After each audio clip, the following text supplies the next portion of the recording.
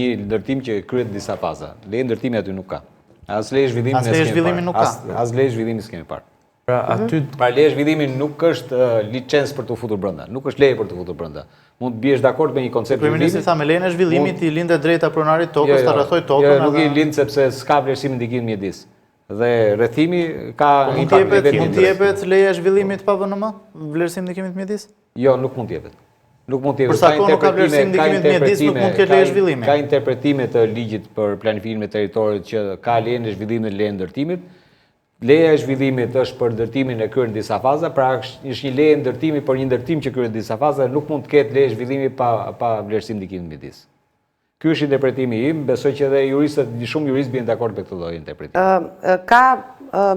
Nuk e di nëse mund t'i quaj aludime, po përdoren disa tokfjalë që unë po i lexoj tek këtu, që protesta po shkon drejt minimizimit, që njerëzit do vinë një moment, do lodhen, që do intimidohen nga çka artikulohet publikisht ditë pas dite nga kryeministri dhe kështu do të venitet gjithçka. Ju çfarë garantoni? Po ju çfarë garantoni? Se është dhe media këtu. Ne kemi dhënë garancinë tonë. Se shiko, Faktë News 24 është media që e ka transmetuar nga fillimi, po vazhdon, po i kushton vëmendje, po vazhdon. Unë flas për ju, flas për median tërësi. Është teksuar në proteste që ka munguar mbulimi mediatik. Tani, kesh një protestë kaq madhe të mbuloj media, që të mungoj mbulimi mediatik është e çuditshme se si mund ndodhi. Dhe mund të tregoj vetëm për interesa të tjerë më pas. Kështu që këtu duhet që dhe mediat i vërë gishtin kokës, ka aty thirrje për bojkotimin e medias, si binde që edhe ne mos vinim këtu, po është besoj që më mirë në të marrim pjesë të sqarojmë se sa të mos të tregojmë, po ama është detyrë e medias të pasqyrojë të vërtetën. Dhe për sot që flasim, besoj që ka hapat e para, po fillon media të shfaqet, por ka munguar. Çdo që vjen nga sheshi, të paktën në këto 3 ditë, e kupton që nuk po zvoglohet, e kupton që numri i qytetarëve të cilët po afrohen, po njihen me kauzën, po i bashkohen kauzës, është në rritje, dhe padyshim unë nuk mendoj që duhet t'i japim përgjigje çfarë do lloj paragjykimi që mund të ketë. Ky ka qenë paragjykimi për të gjitha protestat që janë zhvilluar në këtë vend, që do blihen, do shiten, janë të blerë, janë të shitur, janë të financuar, etj. Me radhë, por unë mendoj dhe prandaj e thash në fillim, duhet t'ja lëmë kohës, duhet ta shohim, për sa kohë numrat janë shesh, për sa kohë njerëzit dhe aq më tepër pastaj diçka që është edhe më interesante, njerëzit duan të qëndrojnë në shesh. Pra njerëzit nuk duan që të ketë një pikë mbarimi të protestës, kërkojnë që të vazhdojë, kërkojnë që të qëndrohet aty. Kjo besoj është një thirrje e brendshme dhe ato thirrje të cilat kanë ardhur, nuk kanë ardhur të stimuluar, nuk kanë ardhur si thirrje nëpërmjet megafonit. Kanë qenë një pjesë e mirë e thirrjeve që janë sot në protestë, janë pikërisht të krijuara dhe të prodhuara nga vetë protestuesit. Çka tregon sa i vokacioni i brendshëm qytetar për t'u bashkuar pikërisht kësaj kauze dhe kësaj proteste është thirrje një pikë vlimi e cila ka mbërritur dhe shkon padyshim qoftë edhe përtej zvërnecit, shkon me arrogancën dhe mënyrën se si janë trajtuar të gjitha këto kauza nga ana e institucioneve dhe kjo arrogancë ka arritur në atë pikë ku reagimi qytetar është kthyer në revoltë. Dhe pikërisht këtë revoltë do e shohim të artikuluar në gjithë këto ditë në të cilat do zhvillohen protestat.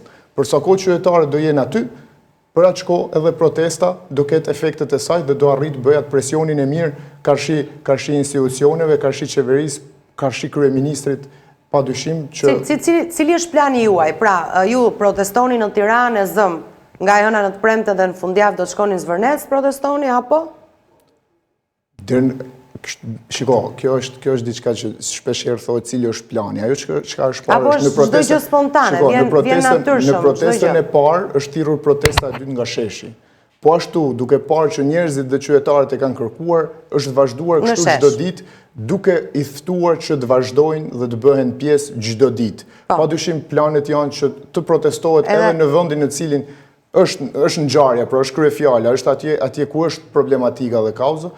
Dhe besoj që ky është i vetmi plan që qytetarët për sa kohë do të vazhdojnë të jenë. Këtë protesta çdo ditë. Ajo do vazhdojë çdo ditë. Kjo është e vetmja. Për sa kohë qytetarët vetë e kërkojnë se kanë qenë thirrjet në protestë sot, në përfundim protestës ishin nesër prap. E pash, nuk po donin të largoheshin nga sheshi. Madje edhe kur u mbyllën fjalimet, një pjesë e qytetarëve u ulën atje në shesh këmbëkyç, diskutonin me njëri tjetrin, takoheshin me njëri tjetrin. Kështu që për sa kohë qytetarët e kërkojnë Dhe duke qenë se në këtë protestë nuk ka një organizator, këtë protestë e organizojnë gjithë dhe nuk e organizon askush. Secili mban përgjegjësi për veten e vet dhe për prezencën e vet, por nuk është se ka një, po themi, një komitet drejtues të protestës që merr vendimet që ne e nisim në këtë orë, e mbyllim në këtë orë, flet filani, nuk flet filani, kemi këto pankarta, secili aty është spontane dhe e rregullt. Dhe mua më kujton shumë protestë. Pastaj shumë kohësh ne po shohim një protestë të paorganizuar, por shumë të rregullt. Unë i dash një krahasim në panelin e parë që është i ngjashëm me dëshmitë e mia me lëvizje studentore të viteve 90. Atë lëvizje ne nuk e kemi jetuar, po unë flas për protestën e studentëve. Protesta e studentëve ishte edhe në një pikë tjetër ngjan që e kishte fjalën ai që kishte një megafon. Edhe këtu janë disa persona që kanë megafon dhe ata duket sigur organizojnë protestë. Nuk e kisha këtu, e kisha që lëvizja studentore e viteve 90, unë kam qenë pjesë e asaj, për fat mirë isha në atë brez që qellova, edhe pjesëtar i grevës surisë. Pra lëvizja studentore u drejtua kundër politikës. Dhe kjo lëvizje është gjithashtu kundër politikës. Ne nuk flitet këtu për politikë majtë të djathtë, mesazhi që jepet është për te kësaj politike që e ka penguar Shqipërinë dhe demokracinë. Dhe kjo është një protestë me bazë mjedisore, por që është një protestë për qeverisjen edhe për politikën. Vjen një pyetje nga publiku. Megafonin e mbante dhe e menaxhonte i njëjti. Kush është personi që mbante megafonin? Ka pasur disa.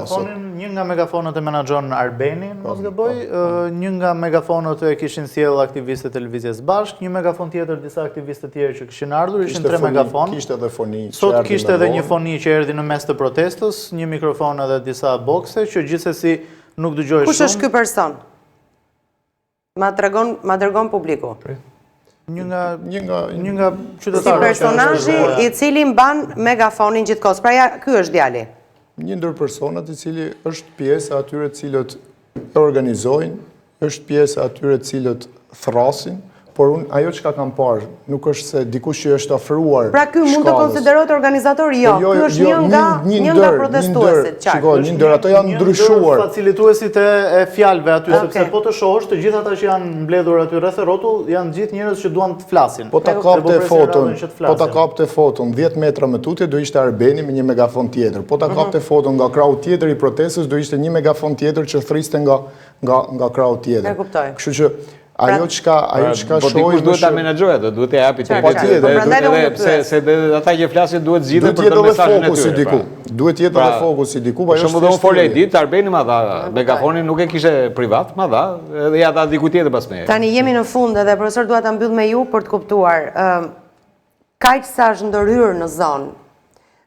Ronaldo tha pak më parë janë dëmet të parikuperueshme. Dunat janë të parikuperueshme. Dunat që janë shkaktuar. Çfarë ka shkaktuar prezenca e atyre makinerive të rënda aty? Unë atë raport vlerësimi ndikimi mjedis që pata mundësi shikoj, pata mundësi shikoj dhe këto çudirat që do shkatrojnë dunat, po mund të rehabilitohen. Tani dunat janë milione vjeçare, nuk mund të rehabilitohen nga në mënyrë jo të natyrshme. Kështu që shkatrimi i dunave është një shkatrim i përhershëm.